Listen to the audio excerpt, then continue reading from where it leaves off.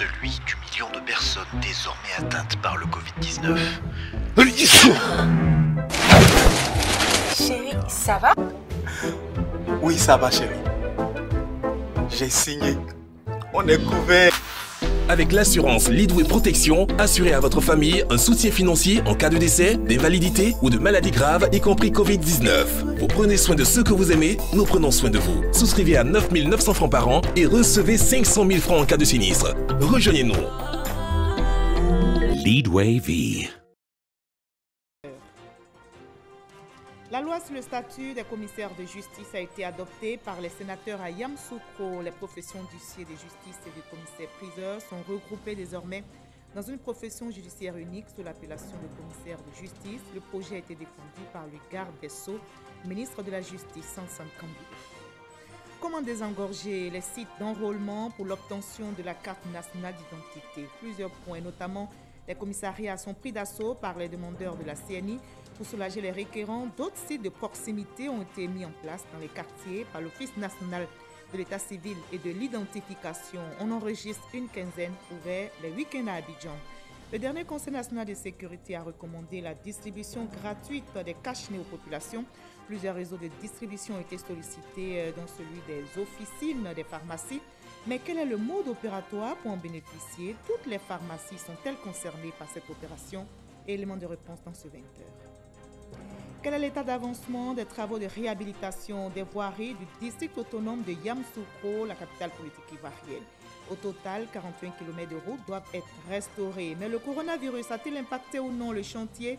Nous irons à Yamoussoukro pour le savoir. Soyez la bienvenue sur RTI 1. Pour lutter contre le coronavirus, les initiatives ne manquent pas. Tous les moyens sont bons pour rappeler les gestes barrières comme se laver les mains ou éternuer dans son coude. La musique fait partie de l'arsenal de lutte contre la COVID-19. Nous parlerons donc ce soir d'un instrument, l'harmonica, utilisé par des femmes d'une ONG, Femmes de Salem International. La présidente Boussou Bintou Koulibaly, enseignante, experte culturelle, est notre invitée de la page culture. Comment surmonter cette pandémie au son de l'harmonica? Notre invitée nous répondra. Bonsoir, Madame Boussou Bintou Koulibaly. Ou BBC? Oui, BBC, mes initiales. D'accord. Alors, pour contrer le coronavirus qui frappe le monde, vous avez décidé de recourir à l'harmonica. Est-ce un moyen efficace?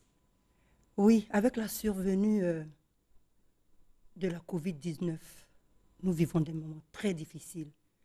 Et moi, j'ai décidé de jouer à l'harmonica pour contribuer à ma manière à apporter du baume au cœur des populations.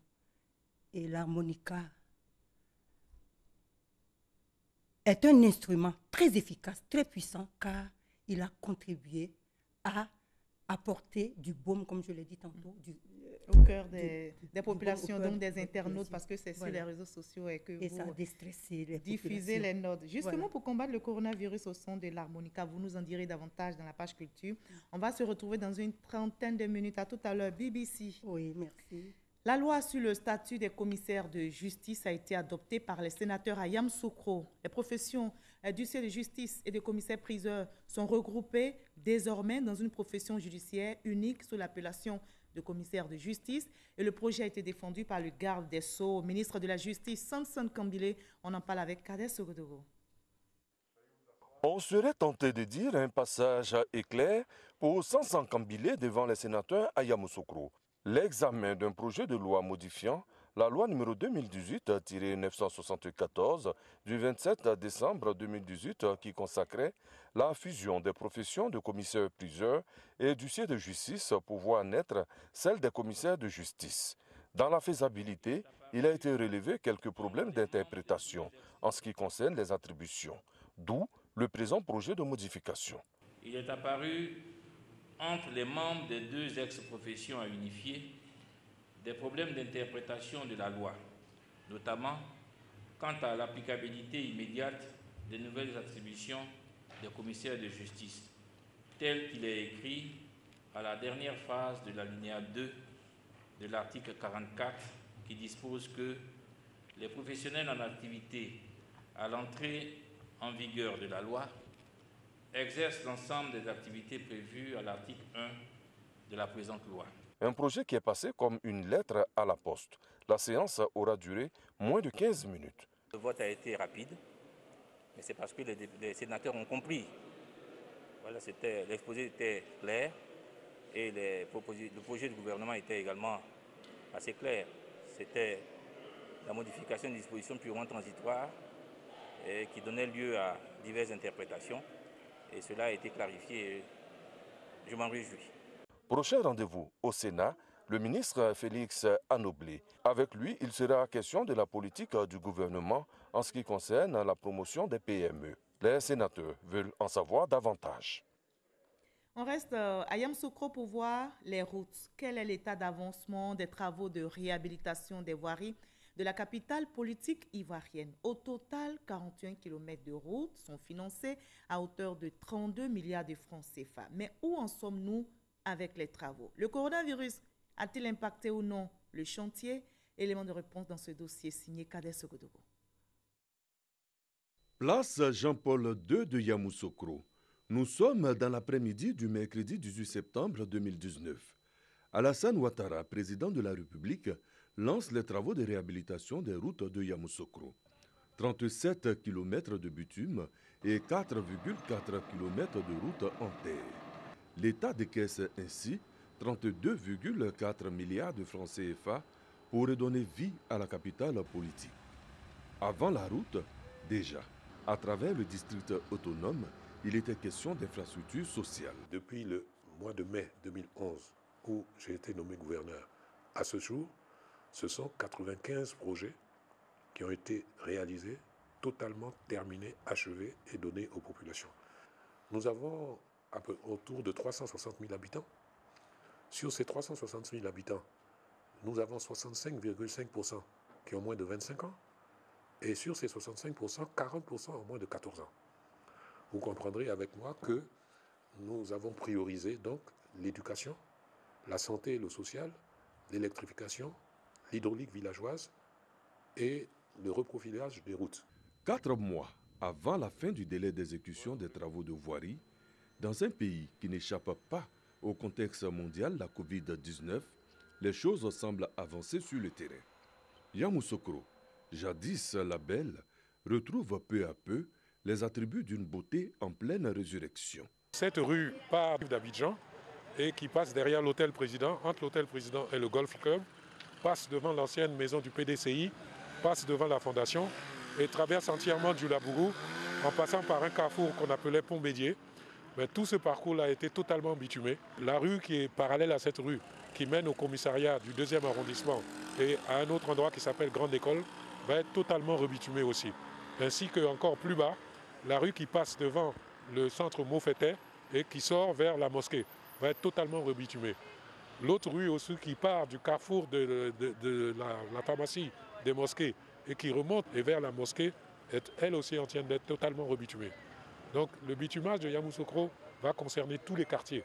Des routes à réhabiliter, mais également des routes bitumées pour la première fois. Sur le terrain, des visites de chantier sont régulièrement organisées. Aucun détail n'est négligé. Le ministre a demandé qu'on vienne voir, d'abord dans un premier temps, l'état d'avancement de ces travaux. Et puis en même temps, si les dispositions sanitaires sont prises sur nos chantiers par rapport au Covid. Sur les 41 km, il y a 16 km qui sont terminés. Le reste est en cours. Nous sommes ici sur la voie qui mène à l'hôtel parlementaire. On a décidé de faire la boucle en même temps pour qu'on puisse ressortir de l'autre côté. On sait très bien que la canne arrive et le stade n'est pas loin. Voilà. Donc dans l'ensemble, les travaux se déroulent très bien. La pandémie n'aura en rien freiné la marche de Yamoussoukro vers un lendemain prometteur. Il y a 2 grandes phases dans notre chantier. Il y a des voies à réhabiliter. Les travaux que vous voyez ici, c'est des voies à réhabiliter. Donc on va revenir mixer, mélanger la structure existante avec du ciment pour recréer une couche. Et ensuite on fait un tapis d'enrobé. La deuxième phase, c'est des voiries neuves. Donc on recrée totalement la route à partir des pistes qu'il y a actuellement. À un moment donné, les grands hommes, avec de grands esprits, regardent forcément dans la même direction, la bonne. On ne s'auto-proclame pas héritier. On hérite de quelqu'un on continue son œuvre. Et à ce moment-là, c'est le peuple qui dit que vous êtes un héritier. Depuis que Félix Houphouët-Boigny a bitumé Yamoussoukro, tous les présidents successifs, aucun n'a jamais procédé au rebitumage des routes de Yamoussoukro, sauf le président Ouattara. Et en ce sens-là, il est un continuateur de l'œuvre de Félix Houphouët-Boigny. Nous parlons aussi de la construction d'une autoroute contournante sur 33 km qui va être construite. Les travaux vont démarrer incessamment, qui est un projet qui date de l'époque de Félix Houphouët-Boigny, qui a été repris, actualisé. Les capitaux, les fonds ont été trouvés. Et ça aussi, ça va permettre de contourner Yamoussoukro. Ça nous évite 200 morts par an et près de 300 accidents par an. Ça aussi, c'est l'œuvre du continuateur de l'œuvre de Félix Houphouët-Boigny, son Excellence, M. le Président Alassane Ouattara. Le transfert de la capitale est réellement en marche, pragmatiquement. Et sur ces faits, le président Félix Houphouët-Boigny lui-même peut vraiment, de là où il est, être heureux que son œuvre est poursuivie dans le sens que lui-même il a voulu. Qu'en pensent les populations de Yamoussoukro, véritables bénéficiaires des travaux? Si c'est propre là, Yamoussoukro là, on est sauvé. Mais d'abord qu'ils ont été faits là, c'est que ça, c'est propre. À des destinations qui coûtaient 200, le taximètre va te dire, bon, pour aller là-bas, il faut 500, sinon je ne vais pas. Et je pense qu'avec ce que l'État de Côte d'Ivoire est en train de faire, en tout cas, je leur tire le chapeau.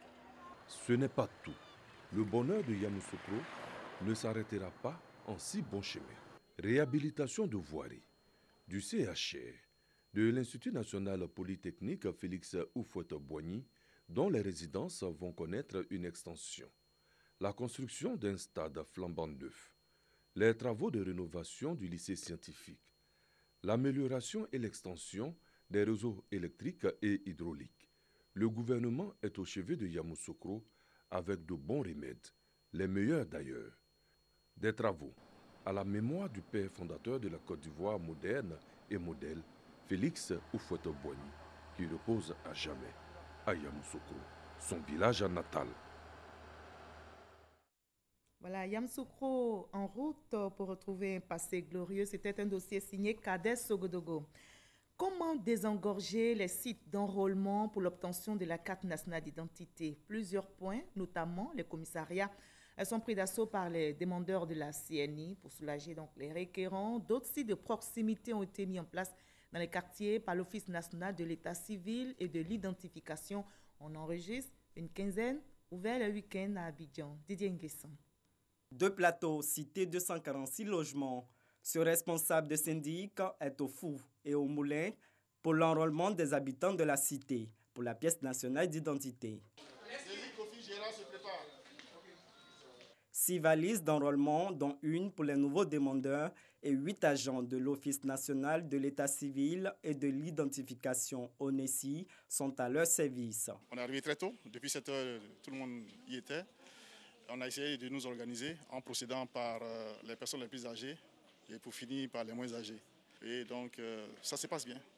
Présentation du reçu de paiement en ligne, renseignements, mesure de la taille et prise de photos. Tour à tour, les 200 demandeurs de la nouvelle CNI se soumettent au processus d'enrôlement. Une opération de proximité qui les ravit. Faire de la proximité, c'est toujours une bonne opportunité au lieu d'avoir des masses de personnes au niveau des commissariats ou des autres sites. Donc j'encourage l'ensemble des cités qui n'ont pas encore pris l'initiative de le faire. Facilement, on arrive à nous enrôler. Moi, je n'ai pas passé assez de temps. Je suis arrivé, ça a été rapide. À Angré-Cité-les-Arcades, l'ONESI est également sollicité. L'idée de faire appel à l'ONESI, qui a été très salutaire pour nous, c'est le fait de l'engouement qui se trouve dans le commissariat et au plateau, les distances. L'occupation de tout chacun de nous, faire appel à l'ONESI, de venir nous assister à l'effet de mieux faire les cas d'identité, dans la tranquillité et de façon très conviviale. Comment peut-on bénéficier d'un site d'enrôlement de proximité dans son quartier ou dans sa communauté? Georges Aka, en charge du service aux populations, explique. L'ONESI s'approche de plus en plus des populations et les week-ends, nous allons maintenant vers elles, c'est-à-dire qu'on va dans les quartiers, on va dans les sites, dans les lieux de culte et on va aussi dans les familles. Et pour ce faire, il faudrait qu'un courrier soit déposé à l'attention du directeur général et en précisant l'effectif des personnes enrôlées, la date souhaitée et aussi une personne contact avec laquelle les équipes vont collaborer pour tout organiser. Ça, c'est la première voie. Et la deuxième voie, c'est par email. On peut envoyer un email à demande@onesi.ci en précisant tout ce que j'ai dit. Sur chaque site d'enrôlement de proximité, les nouveaux demandeurs ne sont pas oubliés. Au moins une valise d'enrôlement leur est dédiée. Les nouveaux demandeurs, les nouveaux majeurs surtout, ou bien des personnes qui n'ont jamais eu de carte d'identité, il faut acheter le timbre et avec l'extrait de naissance et le certificat de nationalité, tous deux datant de moins de 2 ans, on peut faire les nouvelles demandes. À Yopougon, la communauté religieuse Sema de Pobwe 2, faute d'environ 1000 membres, bénéficie également de services de proximité. Les fidèles chrétiens viennent se faire enrôler en masse, mais l'attente est parfois longue. Depuis ce matin, il y a eu un petit retard, mais dès qu'ils sont arrivés, tout est rentré dans l'ordre. En tout cas, vraiment, ça a été accéléré. Mais on a un petit souci. Nous qui sommes mariés légalement, qui venons de se marier, on voulait changer le nom de nos femmes. On dit que la machine en panne. Donc, c'est ça qui pose problème. Je suis venue pour renouveler ma pièce d'identité. Et je suis là depuis 6 heures. Et j'attends, on ne m'a pas encore pris, mais je suis là. Je suis patiente, j'attends. J'espère qu'ils vont me prendre. Depuis matin, c'est vrai, nous avions commencé avec un grand retard. Mais Dieu merci, nous avons reçu la visite de la coordinatrice qui nous a rassurés qu'ils vont envoyer un renfort pour compléter le nombre de personnel ici présent. Dieu merci, cela a été fait et nous avons vraiment apprécié. Pour ce week-end, une quinzaine de sites de proximité sont ouverts à Abidjan au bénéfice de plus de 3000 demandeurs par jour. Désormais, les sites d'enrôlement dans les commissariats ouvrent également les samedis. Et en cette crise sanitaire, on fait bloc contre le coronavirus pour gagner la bataille. L'accent est mis, bien sûr, sur la sensibilisation.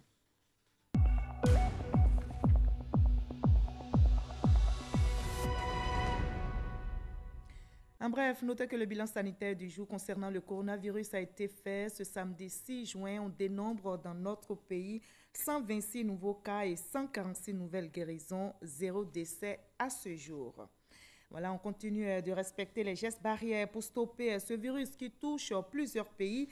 Ce 6 juin, on dénombre en Afrique, notamment au Burkina Faso, 888 cas confirmés, 53 décès. Au Sénégal, 4249 cas confirmés, 47 décès. Au Mali, 1523 cas confirmés, 90 décès.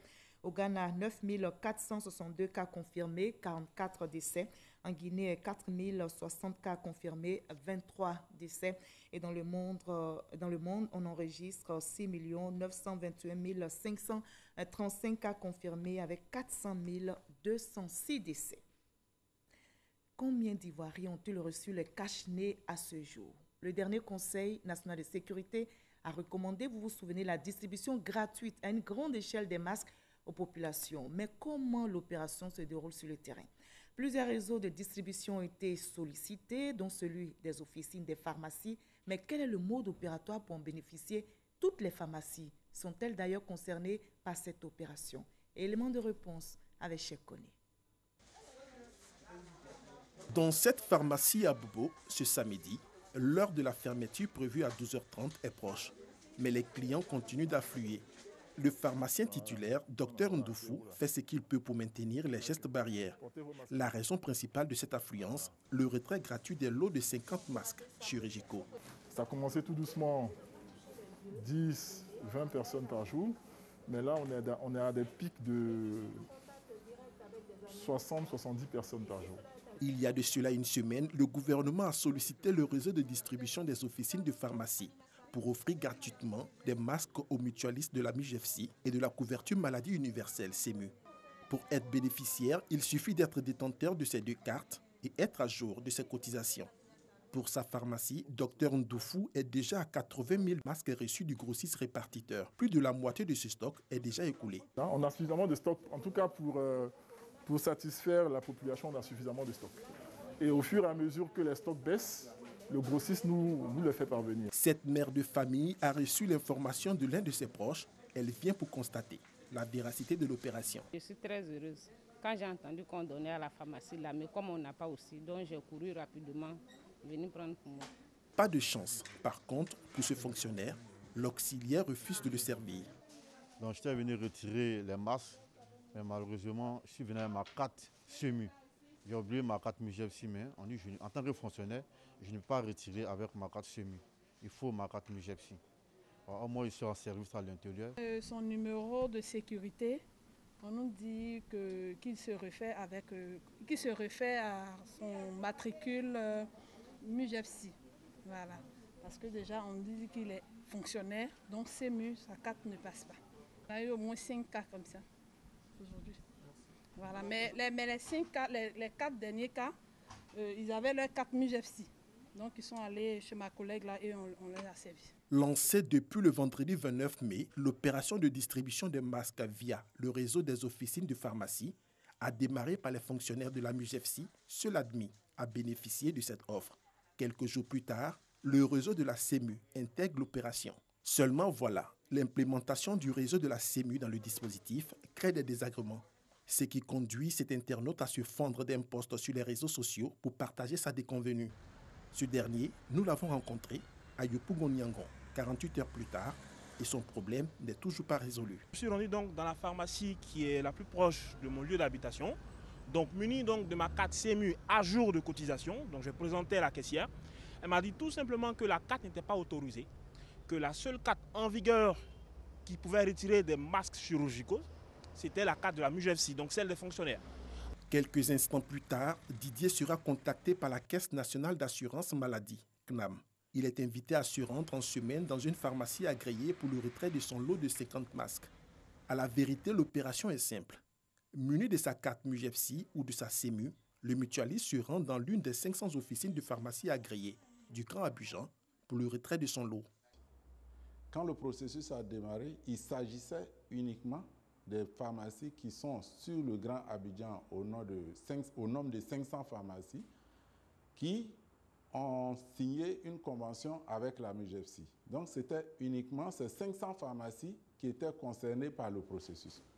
Mais à partir du moment où la CMU est rentrée dedans, c'est-à-dire qu'il est question maintenant d'étendre la distribution au réseau de toutes les pharmacies, mais cela n'est pas encore effectif. Je le précise, ça va se faire, ce n'est pas encore effectif. Mais pour le moment, c'est les 500 pharmacies de la MUJEPSI qui distribuent ces masques. Si elle est simple, l'opération est toutefois soumise à un mode opératoire et des conditions. L'opération n'est destinée qu'à l'adhérent lui-même, quitte à lui-même dans ses masques de pouvoir donner à ses ayants droit également. Vous voyez? Donc sinon, c'est l'adhérent seul qui peut venir récupérer les masques. Les 4 ayants droit ne sont pas éligibles. Ce couple de fonctionnaires a malheureusement été frappé par cette restriction. Je suis venue avec mon époux, avec nos 4, et lui, il a été servi, moi pas parce que je suis ayant droit. Une initiative plutôt bien accueillie par les bénéficiaires. Avec cette carte-là, il y avait plein d'histoires là-dessus, donc je me disais que ça ne marchait pas. Donc je suis venue sur le coup pour voir. Et quand ça a marché, franchement, j'étais contente d'avoir surtout les masques parce que pour en avoir, c'est carrément difficile. L'opération débutait avec quelques difficultés liées à Internet et l'accès à certaines plateformes des mutuelles se déroule bien pour l'instant. Cette opération, qui est une action concertée entre le gouvernement et l'ordre des pharmaciens, porte sur une première dotation de 18 500 000 masques chirurgicaux. Elle pourrait se poursuivre jusqu'à la fin de la crise sanitaire. Les jours à venir, les masques réutilisables seront introduits dans le réseau. Voilà, continuons de porter nos cache-nez pour nous protéger les autres. Et justement, on continue la sensibilisation au traditionnel point presse du gouvernement. Le ministère de la Santé et d'autres cadres invitent les populations au respect scrupuleux des gestes barrières. Les mesures restrictives ont été allégées, mais on reste prudent. Gabriel Zani. À la date du vendredi 5 juin, la Côte d'Ivoire a enregistré 169 nouveaux cas de coronavirus. Un fort taux d'infection depuis l'apparition du virus à Abidjan. La COVID-19 s'est étendue aujourd'hui à d'autres communes du pays, signe que le coronavirus est très actif malgré les efforts significatifs de sensibilisation sur le respect des mesures barrières. L'évolution de la pandémie dans notre pays continue de s'aggraver donc et préoccupe. Cette situation nous interpelle. Nous devons agir urgemment si nous voulons voir la tendance inversée et obtenir un retour durable et harmonieux à la normalisation de la vie en cours malgré la persistance du virus. Le ministre de la Santé et du Jeune Public en appelle à notre responsabilité individuelle et collective pour combattre ensemble et définitivement cette pandémie. Face à la progression du coronavirus dans le pays, la responsabilité collective est engagée. Depuis l'ouverture des églises et des mosquées, l'inobservation avérée des principes liés au rassemblement dans ces lieux de culte doivent interpeller les guides religieux. Sans aucune prétention de stigmatiser un quelconque culte, ni moins de sites particuliers, pourtant bien identifiés. Voulions, au nom de M. le ministre de la Sécurité et de la Défense, appeler la bienveillante attention de nos éminents guides religieux, dont l'engagement citoyen dans cette lutte n'a jamais été pris à défaut, à l'effet de poursuivre le nécessaire encadrement de leurs nombreux fidèles de nos villages, villes et communes, dont certains commencent malheureusement à relâcher l'observation des mesures barrières en vigueur dans les lieux de culte. Initialement plafonnés à 50 personnes, les rassemblements sont passés à 200 personnes, y compris dans les lieux de culte. Mais au constat, cette mesure est difficilement applicable dans certaines communautés religieuses. De plus, le port du masque, rendu obligatoire pour limiter la propagation du virus, n'est obligatoire que dans les services, transports et entreprises. Sans compter que le respect de la distanciation physique d'au moins 1 mètre demeure une véritable bataille de titans. On respecte les gestes barrières. On n'oublie pas aussi la solidarité qui, heureusement, s'enracine dans cette crise sanitaire. Les différentes couches sociales se mobilisent. Illustration avec cette société minière qui vient d'apporter son soutien au gouvernement ivoirien à hauteur de 800 millions de francs CFA. Noël Niagno.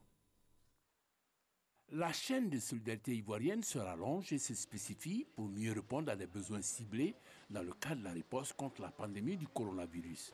Cela après d'intenses concertations des responsables de la société minière du groupe Andeaouvor Mining avec le ministère de la Santé, de la Solidarité et des Mines. Place maintenant la remise de ces dons par le ministre des Mines et de la Géologie pour le compte de son ministère et ses pairs de la Santé et de la Solidarité.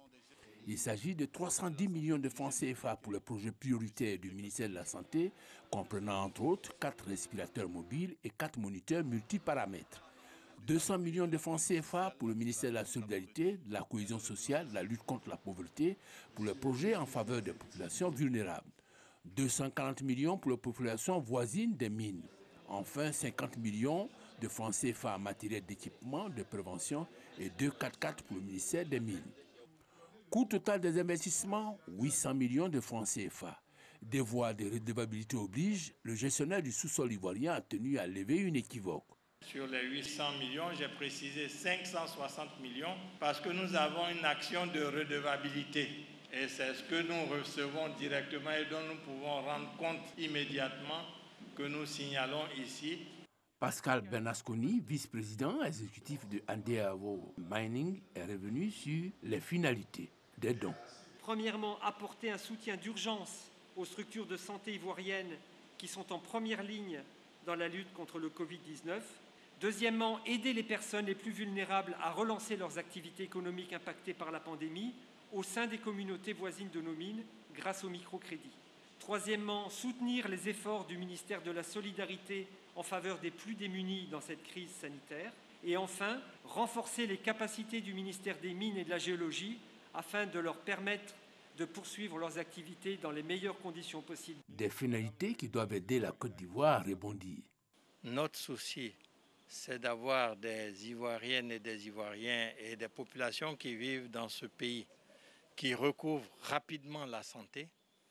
Notre souci, c'est de protéger ceux qui ont déjà la santé, en sorte que nous puissions ensemble faire redémarrer notre économie, parce que vous savez qu'il y a eu un ralentissement.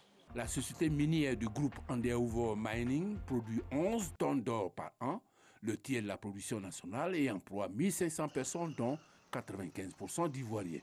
Les sites d'exploitation sont Iti à l'ouest, Agbaou au centre et le projet de Fetekro au nord. Comme on le voit, la pandémie n'a pas du tout raison de notre solidarité. L'ONG CARE sensibilise contre le coronavirus dans la localité de Guibérois. L'ONG appelle également au respect des gestes barrières et a fait plusieurs dons aux populations de cette localité, comme nous l'explique Kolo Koulibaly. CARE International n'est pas en marge de la lutte contre la Covid-19 en Côte d'Ivoire. Son coordonnateur programme a initié une série d'activités, notamment de sensibilisation, afin d'aider à freiner la propagation de la maladie. L'ONG et son partenaire étaient au lycée municipal de Guibérois. Sensibiliser les enfants au lavage régulier des mains pour que le virus ne passe pas par le lycée. Donc il y aura une forte sensibilisation. CARE International était aussi en action au centre de santé urbain de Guibérois. L'ONG a fait don de 2 dispositifs complets de lavage de mains. Nous avons jugé bon de pouvoir sensibiliser les communautés à respecter les mesures barrières, mais une sensibilisation sans montrer le modèle ne serait pas de bonne prêche. Donc nous faisons la sensibilisation et nous mettons à disposition des kits de lavage de mains. Nous en ferons bon usage. Les populations sont engagées, elles également, aux côtés de ses partenaires de développement et de partenaires sanitaires à lutter contre la pandémie. À la sous-préfecture, à la police, à la gendarmerie, aux eaux et forêts, aux inspections d'écoles primaires, ainsi qu'à l'Institut de formation féminine de la ville. Toutes ces structures dotées au total d'une 15aine de kits sanitaires. CARE International a aussi envoyé 210 autres dans les 6 localités de Guibérois pour équiper les leaders communautaires et producteurs de cacao. Et toujours à l'intérieur du pays, le président du conseil régional du Moronou, Pascal Afinguessan, a remis un lot de matériel médical à la directrice régionale de la santé et de l'hygiène publique de cette région. C'est donc d'une valeur de plus de 120 millions de francs CFA sont destinés à plusieurs centres de santé de la région du Moronou, comme nous l'explique notre correspondant sur place, Herman Niamien. Le conseil régional du Moronou au secours des établissements sanitaires de la région. Plus de 120 millions de francs CFA de matériel médical ont été acquis pour renforcer les plateaux techniques des différents centres de santé. Nous avons inscrit la question de la santé au rang de nos priorités. C'est pourquoi, au cours des 3 ans du programme triennal 2019-2021, nous avons décidé de consacrer 20% du budget du conseil régional à l'équipement des centres de santé existants et à la construction de nouveaux centres de santé. Pascal Afinguessan souligne que son ambition est de doter la région d'un centre hospitalier régional. Mais avant, il entend se donner les moyens de mettre les centres de santé des 3 départements que sont Bongouanou, Ara et Mbato au niveau des standards nationaux. Le conseil régional, qui est l'autorité détachée auprès des populations, qui est la structure qui doit prendre en charge de façon rapide et efficace les besoins des populations, a l'obligation, le devoir de parer au plus précis, en attendant que le gouvernement, qui a davantage de moyens, puisse venir en appui pour consolider ce qui a été déjà fait. Voilà pourquoi nous nous sommes engagés dans ce programme. Les grands bénéficiaires de ce don, les hôpitaux généraux de Bongouanou et d'Ara, ainsi que certains centres de santé ruraux de la région. Ce sont entre autres des lits d'hospitalisation, des tables d'opération de dernière génération, des tables d'accouchement, des projecteurs automatiques pour les blocs opératoires, des boîtes de césarienne et de traumatologie, des brancards mobiles et des lits d'hospitalisation. Nous pouvons dire un seul mot. Merci au président du conseil régional et ses collaborateurs. Merci pour tout. Et tout ce matériel sera une bouffée d'oxygène pour la santé de la population de Moronou. Outre les centres de santé, le conseil régional du Moronou a remis aussi des équipements au centre de secours d'urgence de la région, ainsi que des kits sanitaires de prévention du coronavirus. Le secteur agricole impacté par cette crise n'est pas oublié. Justement, le ministre de la Promotion de la Riziculture était dans le district du Denguélé pour échanger avec les producteurs de noix de cajou. Il leur a réitéré l'engagement du gouvernement ivoirien à maintenir le prix à 400 francs CFA le kilogramme. Abou Sanogo. Préfecture d'Odzini. Échange entre le ministre de la Promotion de la Riziculture Gaoussou Touré et les acteurs de la filière de la noix de cajou. Une rencontre qui fait suite à une marche conduite par des producteurs pour dénoncer le prix d'achat de 200 francs CFA le kilogramme contre celui de 400 francs homologué, pratiqué localement par certains acheteurs véreux. Gaoussou Touré a encouragé les producteurs de la noix de cajou du district d'Odiéné à continuer d'observer de la patience et à éviter de brader leur récolte face à la mévente observée dans le secteur. Il les a assurés quant à l'avènement très bientôt d'un environnement de commercialisation plus à leur avantage grâce à des dispositions arrêtées par l'État. Les responsables des acheteurs, tout comme les producteurs, ont chargé le ministre de transmettre à son Excellence le président de la République les vifs et sincères remerciements pour tous les efforts que le gouvernement a fait et qui a concédé aujourd'hui 35 milliards de francs CFA à mettre à la disposition des acheteurs et des industriels pour que la noix de cajou soit achetée aux producteurs à 400 francs CFA le kilo. Le ministre de la Promotion de la Riziculture a aussi annoncé par ailleurs la réouverture très prochaine de l'unité de transformation locale basée dans la ville d'Odiéné qui va contribuer à remettre la campagne de commercialisation dans le Denguélé sur les rails au prix homologué de 400 francs CFA le kilogramme de cajou bien séché et trié. Nous sommes samedi, place à l'instant culture de ce 20h.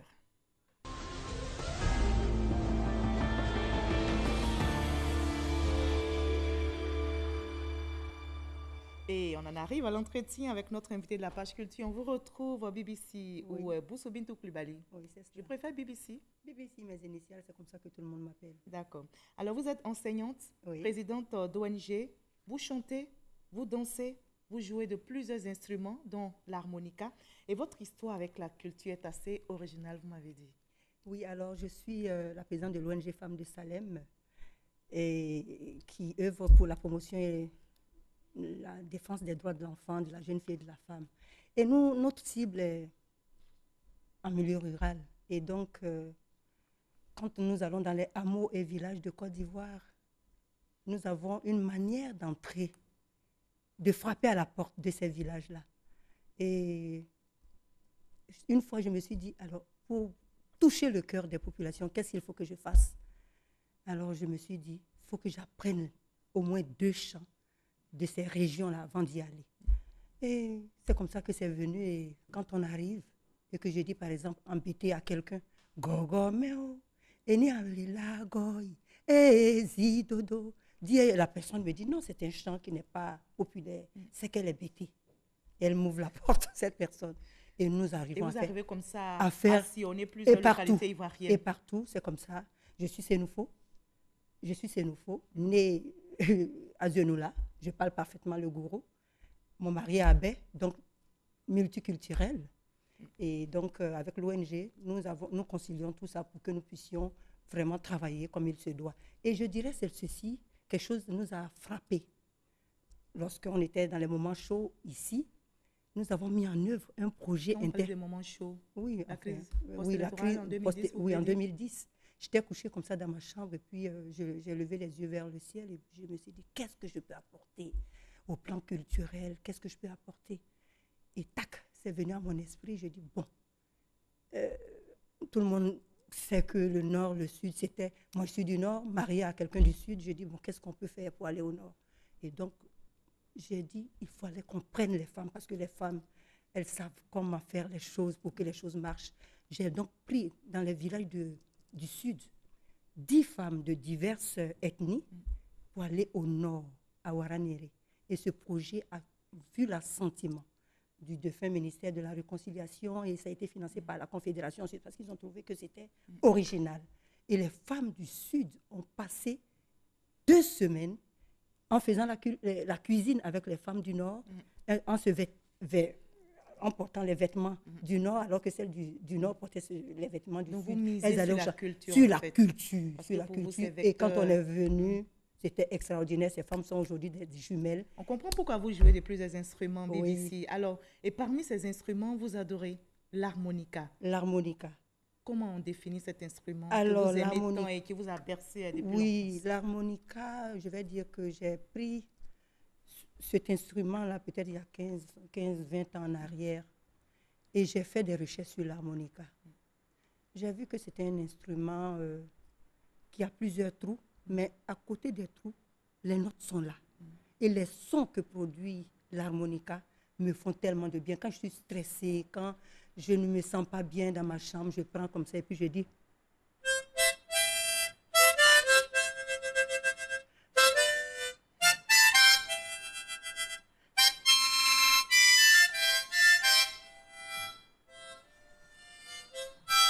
Et c'est ce que vous avez fait justement en plein confinement, depuis le mois de février, mars par là. Oui. On va le regarder, c'était sur les réseaux sociaux. Oui. Comment est-ce que vous êtes arrivé à bercer les internautes?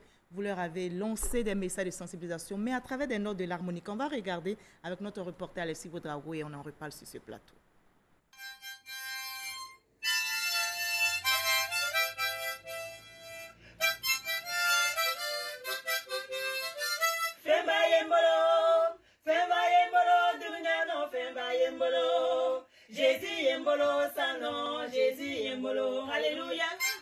Elle fait de l'harmonica l'instrument de la sensibilisation qu'elle mène contre la Covid-19. Bintou Koulibaly Boussou vient avec ses notes rappeler l'importance des gestes barrières. Sur les réseaux sociaux, elle tisse sa toile en musique. Des notes d'espoir qu'elle distille en ces temps de crise sanitaire pour apaiser les âmes et donner de la joie.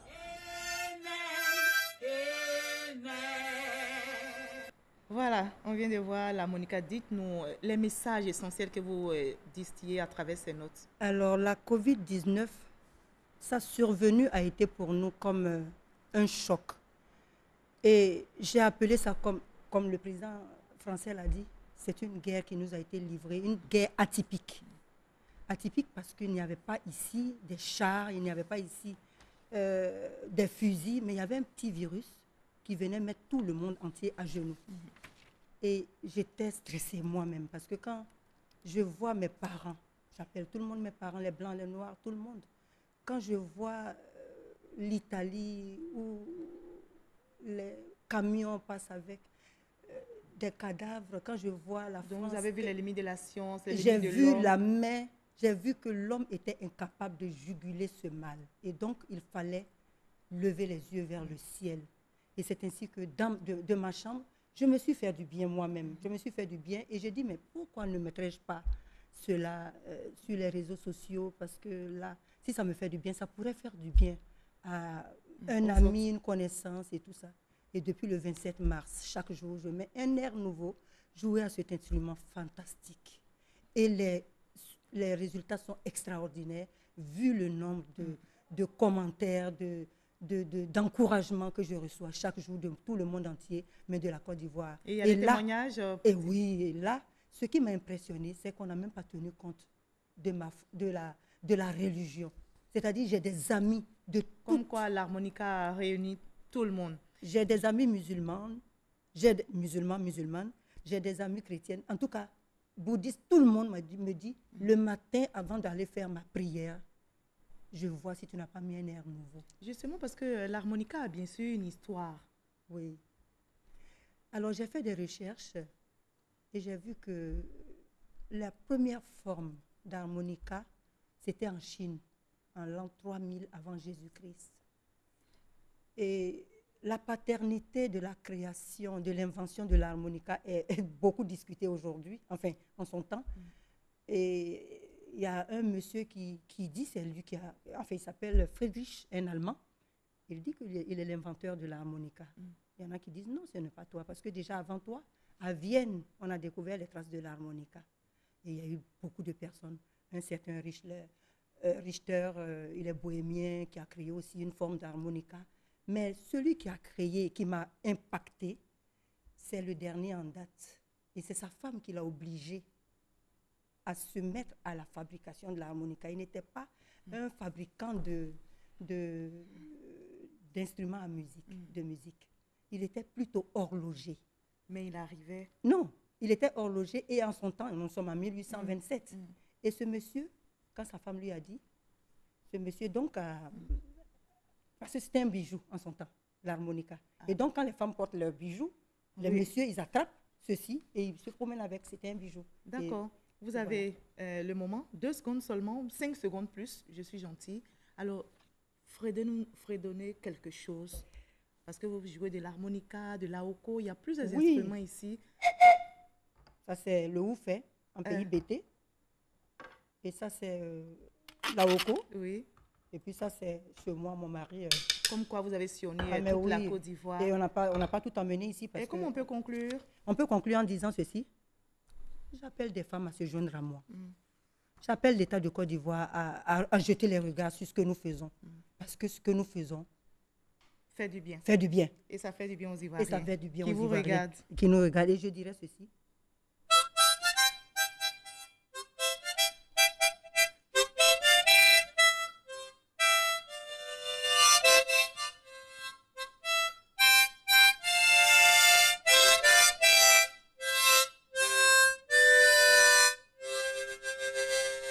Merci BBC, Boussou Bintou Coulibaly. C'est bon, ça donne du moral en cette crise sanitaire. Merci d'avoir été notre invité de la page culture de ce samedi.